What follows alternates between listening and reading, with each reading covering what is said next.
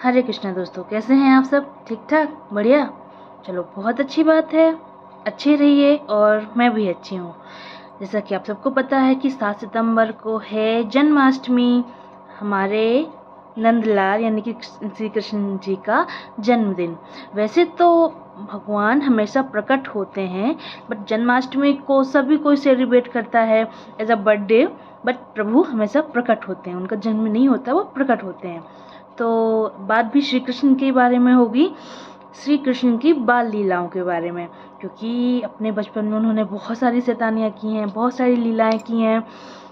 बहुत सारी लीलाएं हैं उनकी, उनमें से कुछ जो मुझे बहुत अच्छी लगती हैं। वैसे तो सभी अच्छी हैं, बट कुछ कुछ होते हैं ना जो बार बार सुनने का मन करता है।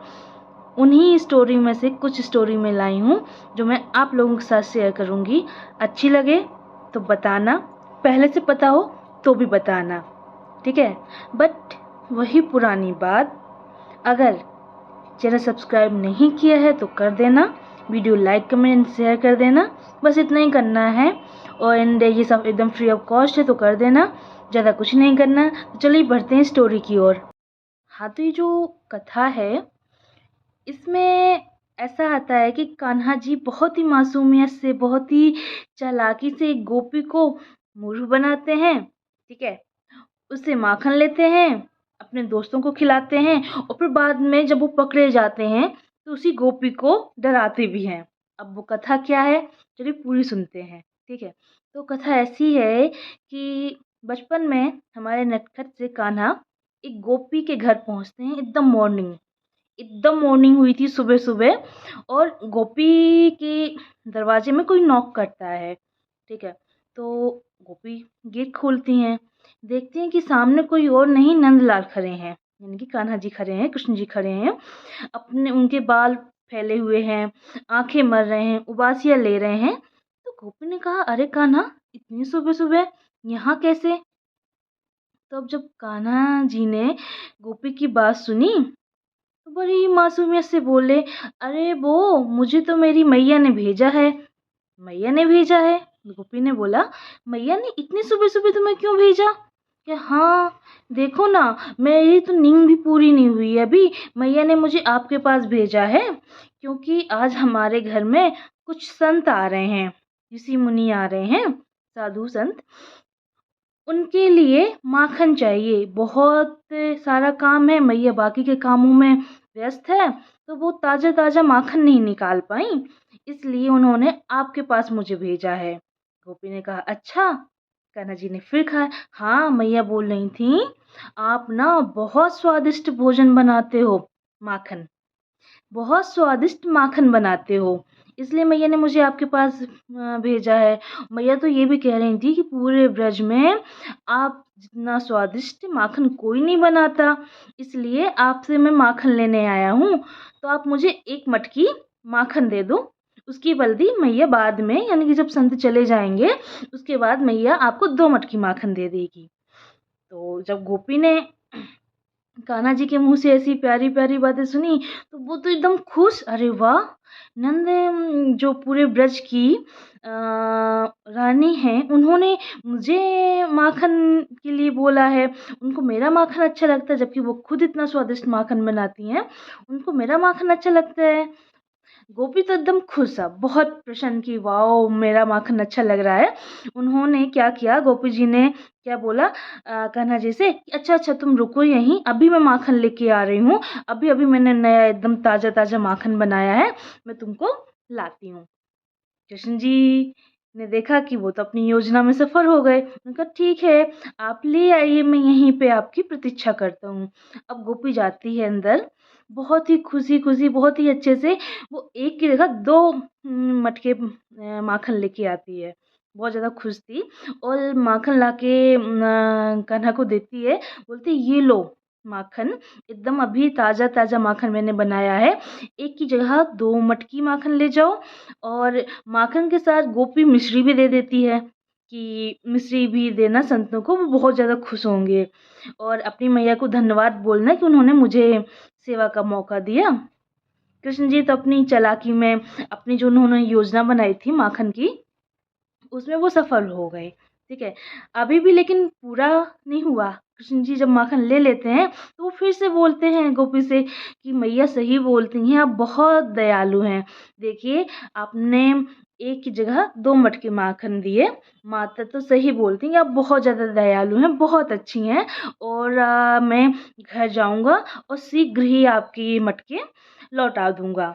तो जब गोपी ने सुना कि कान्हा ये बोल रहे हैं, तो गोपी ने कहा, नहीं नहीं कोई बात नहीं, मटके लौटाने की कोई ज़रूरत नहीं है, अब तुम जाओ और मैया को माखन दे देना।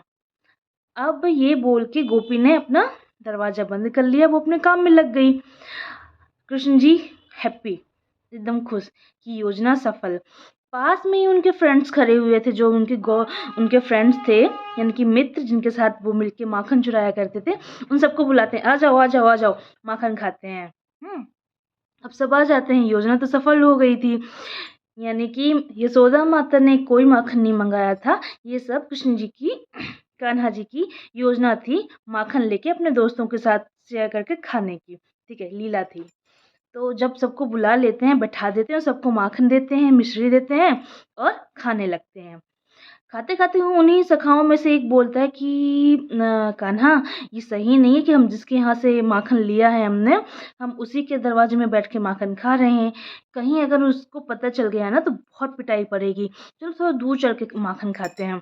तो इसमें भी कृष्ण क्या बोलते हैं, अरे अरे कोई बात नहीं, हम यहीं बैठ के माखन खाएंगे, उसी में तो स्वाद मिलता है।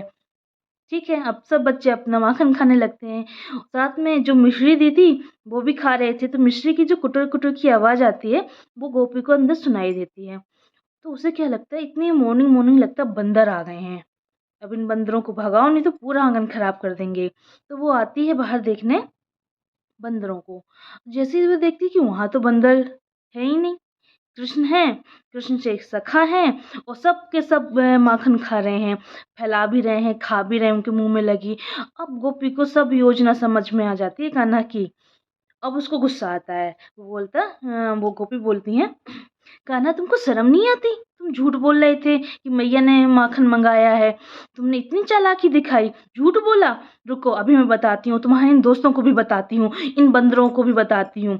कृष्ण जी के फ्रेंड्स को वो बंदर बोलती हैं। तो उसमें कान्हा बोलते हैं, देखो गोपी, मेरे फ्रेंड्स को यानी कि मेरे सखाओं को बंदर मत बोलना, ठीक है ना, ये मेरे सखा हैं, और तुम्हें तो खुश होना चाहिए कि ये कोई बंदर अंदर नहीं है, ये तो बहुत पहुँचे हुए संत साधु हैं, हिमालय में तपस्या कर रहे थे, वहाँ से आए हैं तुम्हारा माखन खाने, तुम तो बहुत ज़्यादा सौभाग्यशाली हो जो इतनी दूर से संत जन आए हैं तुम्हारा माखन मिश्री खाने। और वहाँ पर उनके सखाओं में एक और था सखा, जिसने वस्त्र धारण नहीं किया था, बहुत छोटा सा था, वो अभी भी माखन खा रहा था, उसे ये समझ में नहीं आ रहा था कि हम पकड़े गए हैं, फिर भी लगा था कटर कटर कटर मिश्री को खाने। तो बोला, वो देखो वो जो कोने में खड़ा है ना, वो एक नागा साधु है, बहुत सारी सिद्धियां हैं उसके पास, तुमको ना इन सभी लोगों को दंडवत प्रणाम करना चाहिए, और तुम ऐसा बोल रही हो। तो जब गोपी सुनती है कि हाँ रुको, मैं अभी डंडा लाती हूँ, तुम लोगों को दंडवत प्रणाम करती हूँ, अच्छे से प्रणाम करती हूँ, रुको यहाँ पे, ये बोल के जैसे ही गोपी अंदर जाती है डंडा लाने के लिए, वैसे ही दूसरी साइड कान्हा, कान्हा के सारे दोस्त भाग जाते हैं वहीं पे, जो माखन फैला था वहीं पे पूरा आंगन में माखन फैला हुआ छोड़ के भाग जाते हैं। ऐसे थे हमारे श्री कृष्ण, और ये स्टोरी मुझे बहुत अच्छी लगती है, तो मुझे लगा मुझे आप लोगों के साथ शेयर करनी चाहिए कि किस तरीके से कृष्ण जी ने एक गोपी को बुद्धू बनाया, उससे माखन लिया, और ये नागा साधु ये सब बोल के भागते थे, शैतानियाँ करते थे। बहुत सारी कहानियाँ हैं, अभी तो ये कहानी मुझे बहुत अच्छी लगी फर्स्ट कहानियों में से, इसलिए मैंने आप लोगों से ये स्टोरी शेयर की। हाँ, तो देखा, ऐसे थे हमारे नटखट से कान्हा, ऐसी ऐसी शरारतियाँ करते थे ब्रज में। बहुत सारी लीलाएं की हैं प्रभु ने, आगे और बताऊंगी और शेयर करूंगी, जो जो मुझे बहुत अच्छी लगती हैं, बहुत सारी हैं, वैसे तो सब बहुत प्यारी लगती हैं, बार बार उन्हें सुनने का मन करता है, बट उनमें से कुछ कुछ ही कहानियाँ या कथाएं ऐसी होती हैं, स्टोरियाँ ऐसी होती हैं जो इससे लगता है कि हम रिपीटेड सुने। उन्हीं में से एक स्टोरी ये थी जो मुझे मुझे तो बहुत अच्छी लगती है। आपको कैसी लगी ज़रूर कमेंट करके बताना। आज की वीडियो में हम यही रहने देते हैं। आगे वीडियो और लेके आऊँगी भगवान जी की नरखसी बाल लीलाओं के बारे में। आपको अगर कोई स्टोरी बहुत ज़्यादा पसंद है कमेंट करके बताइएगा। आज के लिए इतना ही रखते हैं। तो मैं जा रही हूँ, लेकिन जाने के पहले वही पुरानी बात दोहराऊँगी। अगर वीडियो अच्छी लगी हो तो लाइक कमेंट शेयर कर देना और चैनल प्लीज़ सब्सक्राइब कर दो यार, कुछ नहीं होता, कर दो, एकदम फ्री ऑफ कॉस्ट है, तो कर दो। ठीक है, जा रही हूँ। जय श्री कृष्णा।